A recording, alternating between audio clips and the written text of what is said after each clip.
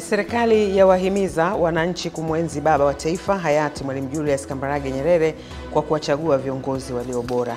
Na Waziri Mkuu wa Jamhuri ya Muungano wa Tanzania Mheshimiwa Kassim Majaliwa aagiza kuandaliwa kwa utaratibu wa kuwatambua na kuwarasimisha washereheshaji na wapangaji wa matukio. Habari za asubuhi watazamaji wetu, karibuni kwenye kipindi cha Asubuhi Njema ambapo tunakuwa na taarifa ya habari, na baada ya hapo tunapata fursa ya kuangalia vichwa vya habari vya kipaumbele katika magazeti yaliyotufikia hivi leo. Jina langu ni Dorcas Ramos na tunaanza taarifa yetu ya habari. Serikali imewahimiza wananchi kumwenzi baba wa taifa hayati Mwalimu Julius Kambarage Nyerere kwa kuwachagua viongozi walio bora watakaoendelea kuleta maendeleo ya mtu mmoja mmoja na taifa kwa ujumla. Kama sio juzi zako, kama sio.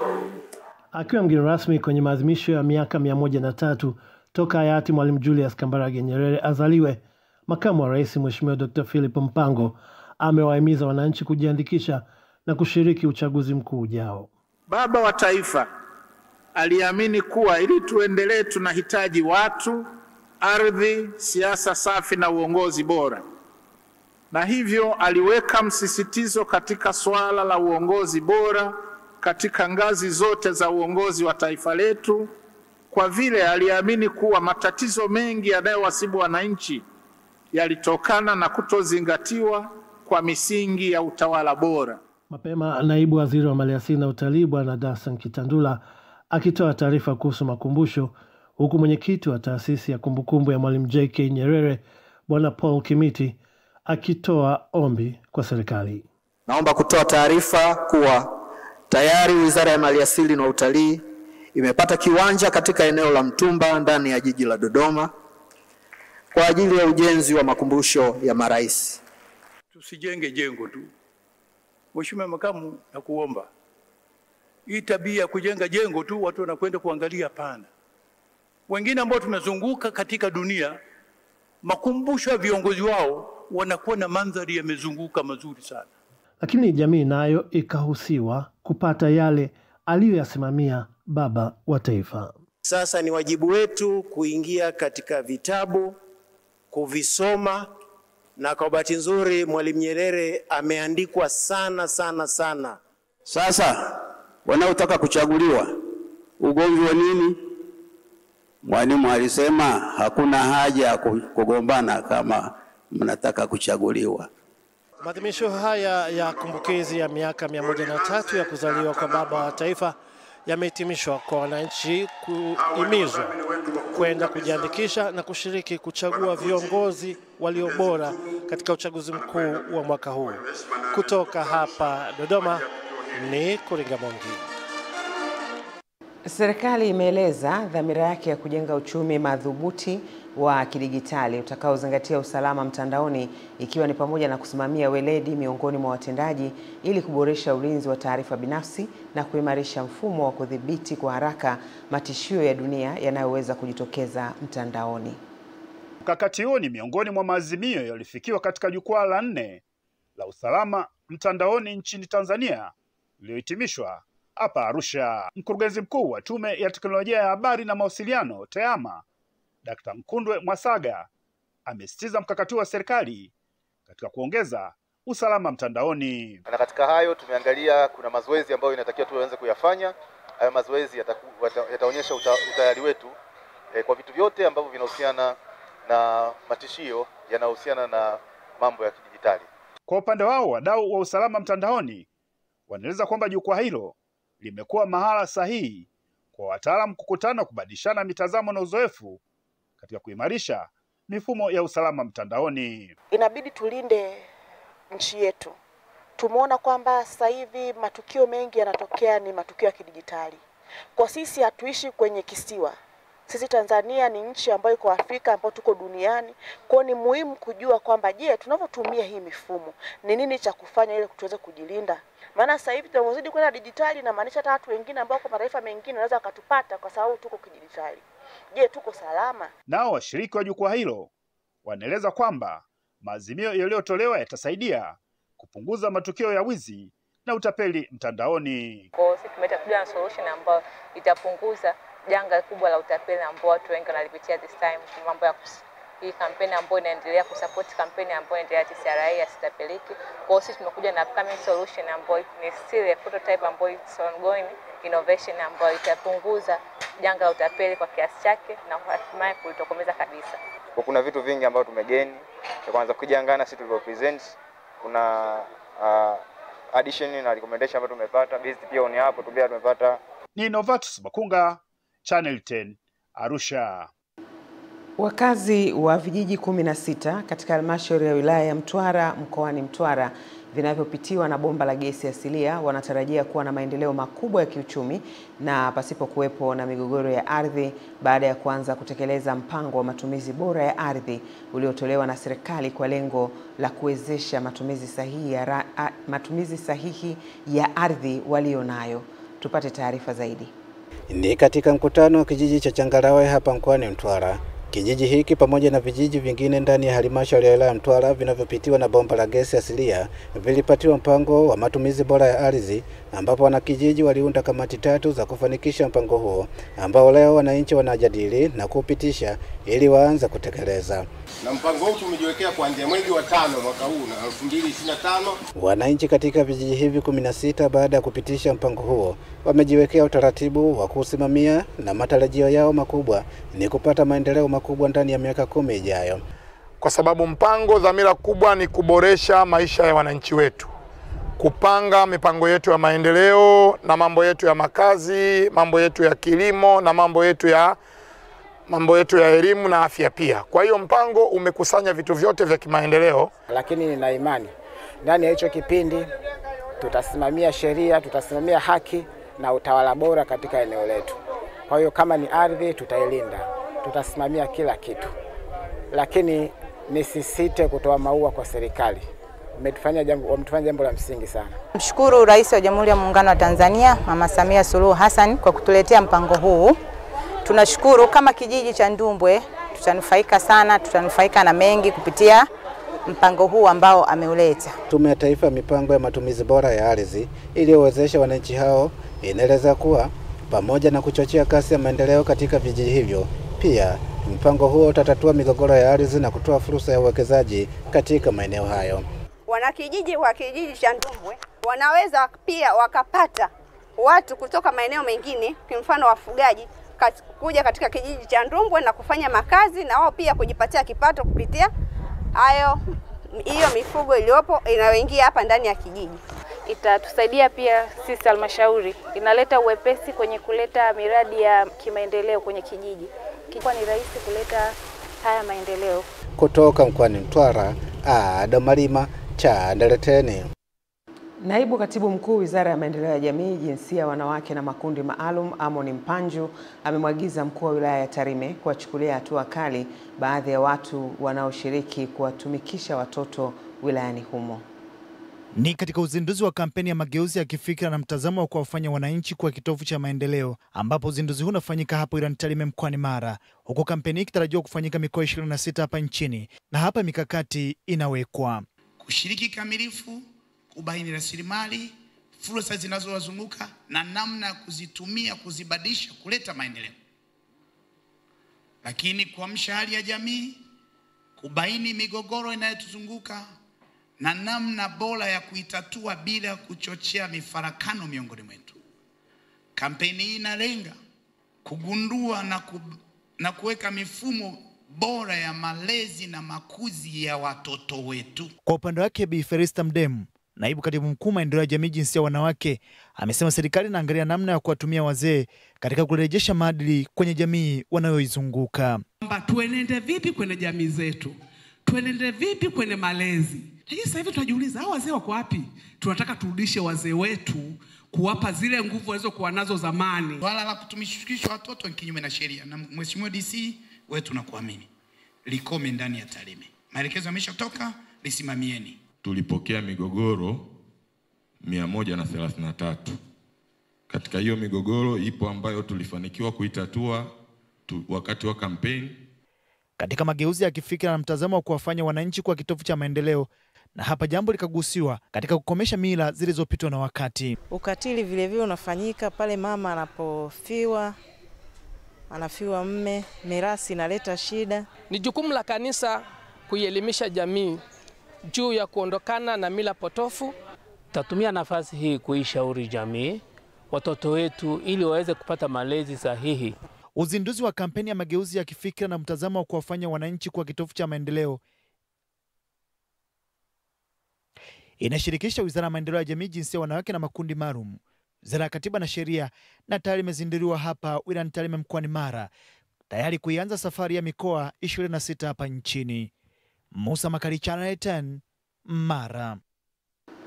Mfuko wa Taifa wa Bima ya Afya nchini NHIF imewakumbusha wazazi na walezi mkoani Ruvuma kujenga utamaduni wa kuhakikisha wanawakatia watoto kadi za bima ya afya kwa lengo la kuwa na kizazi chenye afya imara kitakachokuwa na uwezo wa kupambana na adui umaskini katika kusimamia rasilimali za taifa na kujenga uchumi imara. Wito umetolewa na meneja wa NHIF mkoa wa Ruvuma Hansi Mwakanja wakati wa kugawa vifaa vya kujifunguliwa kwa baadhi ya wanawake wajawazito wa kijiji cha Mpitimbi, ambapo amesema kipaumbele cha matumizi ya fedha zielekezwe katika kuwakatia kadi za afya kwa watoto waliopo mashuleni kwa gharama shilingi 50,400 kwa mwaka ili waweze kutimiza ndoto za masomo kwa kuwa magonjwa hayabishi hodi. Bila kuwa na kadi ya bima afya magonjwa hayatabiriki, si ndio? Lakini ukiwa na kadi yako unashangaa unampeleka mtoto pale. Kama hapa Mpitimbi amesema bwana homa ya mtoto hii ni kubwa, mpeleke Peramio. Unachukua kadi yako unampeleka mtoto Peramio, si ndio? Peramio akasema hii homa ni kubwa sana, mtoto huyu aende Muhimbili. Unachukua kadi yako unampeleka mtoto Muhimbili. Sawa jamani? Watoto ndio taifa letu tunalolitegemea, si ndio? Mama Samia anataka kuona kizazi hiki kinazaliwa vizuri, kinakuwa na afya njema. Kwa upande wa mganga mfawidhi wa hospitali ya halmashauri ya wilaya ya Songea, Dr. Jackson Sekunde, amesema kwa kuwa vifaa hivyo havijawahi kutolewa toka huduma za mama mjamzito zianze hospitalini hapo, vinakwenda kusaidia kupunguza gharama licha ya huduma hizo kutolewa bure, huku baadhi ya wanawake wajawazito wakishukuru serikali. Pia kwa hospitali yetu hii kwa kupatia vifaa hivi vitatusaidia kurahisisha huduma za kina mama ambao wamepatiwa vifaa hivi, kwa sababu hapa tunatoa huduma za OPD, tunatoa huduma za upasuaji sana sana kwa kina mama ambao wanatarajia kupata watoto. Shukuru Mama Samia kwa uamuzi aliotoa kusaidia kina mama wajawazito, maana huu muda ni mgumu na hali iliyokuwepo ni tete. Ilikuwa mwisho wa siku kuhangaika, yani tusipate matibabu kwa wakati, kwa usumbua madokta. Kwa swala la bima la afya na watoto nimejipanga vizuri, na mimi nitaanza kuchanga hela nitakata na mimi pia. Kutoka Ruvuma, Dita Nyuni, Channel 10. Taasisi isiyo ya kiserikali ya Taifa Letu Kesho Yetu TK Movement inayoendeshwa kwa vuguvugu la kujitolea kwa vijana na wanawake imezindua jukwaa la Ilala ya Kijani ambalo ni jumuishi lenye kuweka mgawanyo sawa wa rasilimali na kutambua fursa zilizopo kwenye mazingira kama haki ya kila raia. Viongozi wa jukwaa hilo wakizungumza wakati wa uzinduzi wa jukwaa lililokwenda sambamba na matembezi ya amani kata ya Chanika wilayani Ilala jijini Dar es Salaam, wamesema lengo la jukwaa hilo ni kupeleka msukumo wa mapinduzi ya kiuchumi na kifikra kwa wananchi pamoja na kueleza yote yanayofanywa na serikali ya awamu ya 6 inayoongozwa na Mheshimiwa Rais wa Jamhuri ya Muungano wa Tanzania Dr. Samia Suluhu Hassan. Na jukwaa hili liko mahususi kuongeza ushawishi kwa Watanzania ama kuleta hamasa kwa Watanzania, wadau, private sectors pamoja na mashirika kuunga mkono jitihada zinazofanywa na serikali ya awamu ya 6 chini ya Dr. Samia Suluhu Hassan kuleta ustawi wa mazingira, kujenga ama kuleta ajira ya kijani. Sisi tunaita ajira ya kijani, hii ni procedure, kwa hiyo tumeenda na kijani. Kwa hiyo tunaenda kuongeza ushawishi ama kuongeza upatikanaji wa ajira ya kijani, lakini bado kwenye suala la afya tuweke kwamba afya bora ni haki ya kila raia. Lengo kubwa la kuanzishwa kwa jukwaa hili ni kutengeneza umoja au kutengeneza senta ambayo wapambanaji wa athari zote za kimazingira na kwamba taka inaweza ikatupatia kipato kivipi. Chama cha Mapinduzi CCM Zanzibar kimewataka wanachama wake kujiepusha na vitendo vya rushwa, kwani kimeandaa mkakati mkali wa kukabiliana na vitendo kwa wakati wote wa mchakato wa uchaguzi wa ndani ya chama wa kupata wagombea wa nafasi mbalimbali. Mkakati huo wa kukabiliana na rushwa unatarajiwa kuanza hivi karibuni baada ya kuanza kwa zoezi la uchukuaji wa fomu za kuwania uongozi linalotarajiwa kuanza Mei Mosi mwezi ujao. Kauli hiyo ya Chama cha Mapinduzi imetolewa na naibu katibu mkuu wa CCM Zanzibar Dr. Mohamed Said Mohamed Dimo wakati akizungumza na kamati za siasa na kamati tekelezaji wilaya mjini na wilaya Amani mkoa mjini kichama. Amesema katika kuhakikisha mchakato wa uchaguzi unakuwa huru na haki, Chama cha Mapinduzi kitashirikiana bega kwa bega na mamlaka ya kuzuia rushwa na hujumu uchumi Zanzibar ZAECA. Lakini jambo la 6 ni kuzuia rushwa katika uchaguzi. Hili nimeanza kulisema kidogo, lakini nimeanza kupanga watu wa ZAECA kila jimbo, na nimeanza kupanga watu wa maadili kila jimbo. Kwa sababu gani? Niliona watu wa maadili wa wilaya na mikoa bado hawafanyi kazi ipasavyo. Sasa nitashirikiana nao, tutawapa elimu nao ili twende tukalisimamia jambo hili.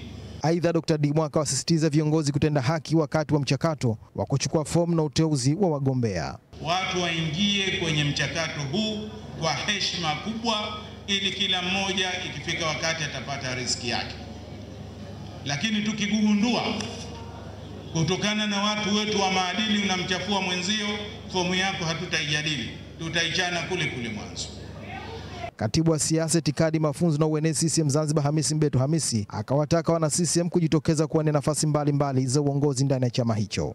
Mtiania si kosa kwenye chama hichi cha Mapinduzi, si kosa hata kidogo, lakini wapunguze hodi. Je, mkimtengeza mtu sasa tunamkata huko kwa taka mwanamke?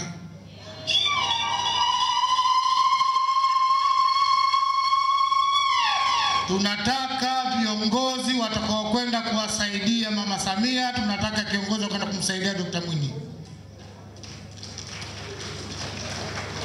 Dunia imebadilika jamani. Tuache siasa za kupangana hazitusaidii. Tutafute watu watakao tusaidia wenyewe na kusaidia chama chetu. Ziara hii ya wajumbe wa sekretarieti ya kamati maalum ya halmashauri kuu ya CCM Taifa Zanzibar ni kukagua uhai wa chama na kuwaeleza wanachama mabadiliko ya katiba ya Chama cha Mapinduzi na namna mchakato mzima wa kura za maoni katika kuwapata wagombea. Juma Kasim, Channel 10, Zanzibar. Katika kuunga mkono juhudi za serikali upande wa sekta ya elimu, shirika lisilo la kiserikali la OCODE limekarabati darasa la awali, ofisi ya walimu pamoja na store kwa gharama ya shilingi milioni 21.8 katika shule ya msingi Bugilo iliyoko wilaya ya Bagamoyo.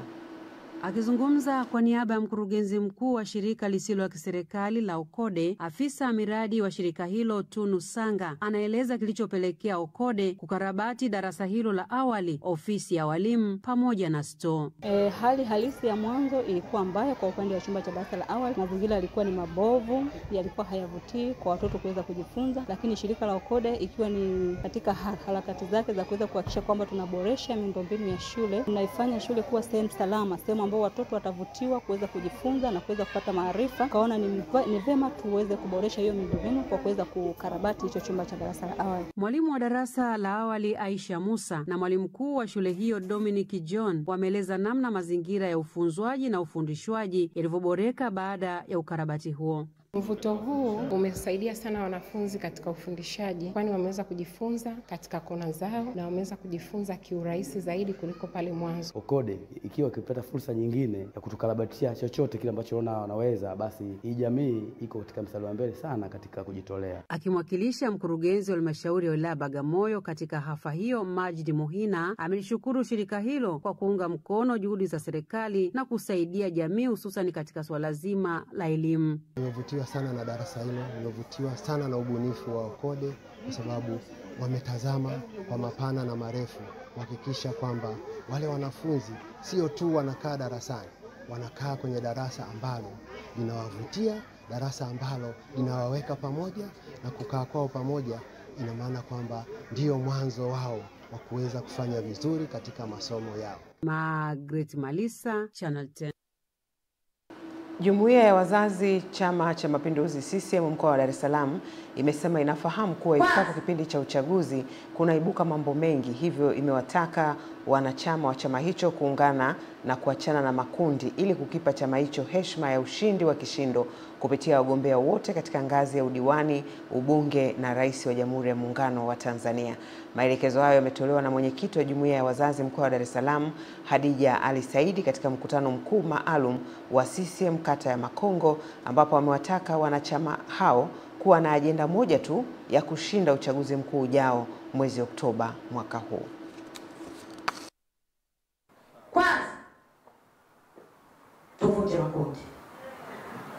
Tuvunje makundi. Mgombea aliyekuwa bora, mwenye sifa, atakwenda kuchukua fomu tarehe 1 mpaka 15 mwezi wa 5 kwa mujibu wa utaratibu wetu wa chama. Pili, vikao ndivyo vitakavyomrudisha mgombea aliyekuwa na sifa. Tatu, nyinyi wajumbe mtapiga kura za maoni. Sawa, kura za maoni kumchagua mgombea ambaye atakayepeperusha bendera ya Chama cha Mapinduzi katika ngazi ya kata, ngazi yenu ya jimbo na ngazi ya taifa. Si wanamlalakuwa tuna ajenda. Lalakuwa ni mwenyekiti hatuna shule. Watoto wangu pale wanapata shida kuvuka. Wanasoma mbali, wanasoma mlimani. Ni mwenyekiti kupendeza, naomba kuondoka na ajenda shule ya msingi Mlalakuwa. Tutafurahi sana tukipata shule ya msingi pale Mlalakuwa. Kila nikifanya ziara Mlalakuwa, wana Mlalakuwa ananiambia mwenyekiti hatuna shule. Na kweli watoto wanagonga, Mlalakuwa wanakaa wanasoma wengi mlimani. Ni mwenyekiti naomba ondoka nalo. Na sasa ni habari za michezo, ambako tunaelezwa Waziri Mkuu wa Jamhuri ya Muungano wa Tanzania Mheshimiwa Kassim Majaliwa ameagiza kuandaliwa kwa utaratibu wa kuwatambua na kuwarasimisha rasmi washereheshaji na wapangaji wa matukio nchini. Waziri Mkuu amesema serikali kupitia Baraza la Sanaa la Taifa BASATA inapaswa kuhakikisha washereheshaji na wapangaji wa matukio wanakidhi viwango vya kitaifa na kimataifa na wanasajiliwa rasmi ili waweze kufanya kazi zao kwa weledi na kwa mujibu wa sheria. Akizungumza jijini Arusha kwenye ufunguzi na uzinduzi wa kongamano la Chama cha Wafawidhi wa Matukio Tanzania kilichopewa jina la Taasisi ya Kisima cha Mafanikio, Waziri Mkuu amesema serikali itaweka mazingira wezeshi ya kuhakikisha sekta hiyo inatambulika rasmi kama chanzo halali cha ajira na mchango wa kiuchumi. Wale ambao mnadhani wanawachafua, msiache kutoa taarifa kwa BASATA ili sote tuwe tunafuata taratibu, sheria na kanuni zilizopo. Kwa hiyo BASATA ifuatilie kwa wale wote ambao wameingia kwenye fani hii lakini si kwa nia njema. Na tukigundua kama kuna mtu ameingia huku sio kwa nia njema, hata kuchafua tasnia, msimwache, hatua kali zichukuliwe ili hawa ambao wana nia njema wafanye kazi yao kwa hatua kadhaa za kisheria.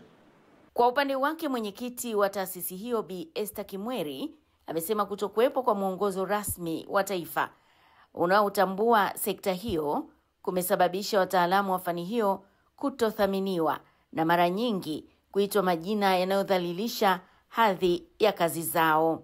Fani hii inahitaji mafunzo rasmi na vyeti vya kitaaluma, tofauti na kauli zinazozoeleka mtaani ya kwamba vijana wengi wanaingia kwenye fani hii kwa sababu ni kazi rahisi sana, eti mdomo haulipiwi vati. Na hakuna gharama kubwa ya kuiendesha kazi hii zaidi ya kuwa na sauti 3 au 4. Naye Profesa Palamagamba Kabudi, Waziri wa Habari, Sanaa, Utamaduni na Michezo, akizungumza katika kongamano hilo, amesema lengo la mkutano huo ni kuinua taaluma ya ushereheshaji na upangaji wa matukio, kazi ambayo amesema inahitaji nidhamu, weledi, ubunifu na uwajibikaji wa hali ya juu. Serikali kupitia wizara yetu inatambua changamoto na mahitaji ya sekta hii. Tumeendelea kushirikiana kwa karibu na wadau kupitia taasisi zetu za Baraza la Sanaa la Taifa BASATA na ofisi ya Hakimiliki KOSOTA ili kuhakikisha kwamba sekta ya ushehereshaji inapata mwongozo na mwelekeo rasmi wa kitaifa. Jamila Omar, Channel 10, Arusha. Katibu wa NEC Itikadi, Uenezi na Mafunzo wa Chama cha Mapinduzi CCM CPA Amos Makalla amesema uwepo wa timu ya soka ya Namungo yenye makao yake wilayani Ruangwa mkoani Lindi inayoshiriki ligi kuu ya NBC kumechangia kwa kiasi kikubwa ukuaji wa kibiashara kwa wananchi wa wilaya hiyo. Amesema hayo katika mkutano wa ndani alipokuwa akizungumza na wananchi katika mwendelezo wa ziara yake mkoani Lindi. Amesema wananchi wa Ruangwa hawapaswi kukatishwa tamaa na uwepo wa timu yao, badala yake wamepaswa kuendelea kuiunga mkono, kwani uwepo wa timu hiyo umechangia kurudisha hadhi ya michezo wilayani hapa pamoja na kuongeza ukuaji wa kiuchumi kwa wananchi wake. Awe bodaboda, awe mamalishe, uwe na loji, uwe na saluni, uwe mama ntilie, uwe sijui nani, uwepo wa timu ya Namungo kiuchumi, tunasema kuna utalii wa kimichezo. Yaani timu zote 15 lazima zikanyage Ruangwa. Bodaboda wanabeba mashabiki, uongo kweli? Wasio na uwezo wa kwenda kula kwenye hoteli wanakula kwa mamantilie, uongo kweli? Na wahusia, msiache Namungo, endeleeni kuijenga Namungo ili muendelee kukuza uchumi katika wilaya ya Ruangwa na mkoa wa Lindi. Aidha, CPA Makalla amesema wananchi wa Ruangwa wanapaswa kujivunia kuwa na timu inayomiliki uwanja wake wenyewe, tofauti na timu zingine za ligi kuu ambazo tangu kuanzishwa kwake hazijawahi kumiliki uwanja wenye hadhi ya kuchezewa ligi kuu. Na hizi timu kubwa mliwahi kusikia zina uwanja? Simba wana uwanja wa kucheza ligi kuu, wananchi wana uwanja wa kucheza ligi kuu. Jipigieni makofi Ruangwa. Sikuipandisha Pamba kwa hela zangu kutoa mfukoni au hela za serikali, ni wananchi wa mkoa wa Mwanza. Pamoja na mambo mengine, CPA Amos Makalla anafunguka. Wakaanza na hapa Ruangwa kuna wakulima wamekatwa fedha kuchangia timu ya Namungo. Hasira zako zinaenda na Mungu. Hasira za kukosa watu zinaenda na Mungu. Wangapi wanapenda na Mungu hapa? Mimi mwenyewe shabiki namba 1 wa Namungo hapa. Kama wananchi wanaipenda Namungo, endeleeni kuchangia Namungo. Nikiripoti kutoka Ruangwa mkoani Lindi, mimi ni Ahmad Nandonde, Channel 10. Mwisho wa taarifa yetu ya habari. Baada ya muda mfupi tutaingia kwenye meza ya wahariri kwa ajili ya kuangalia vichwa vya habari vilivyopangwa kipaumbele katika magazeti yaliyotufikia hivi leo. Endelea kuwa nasi.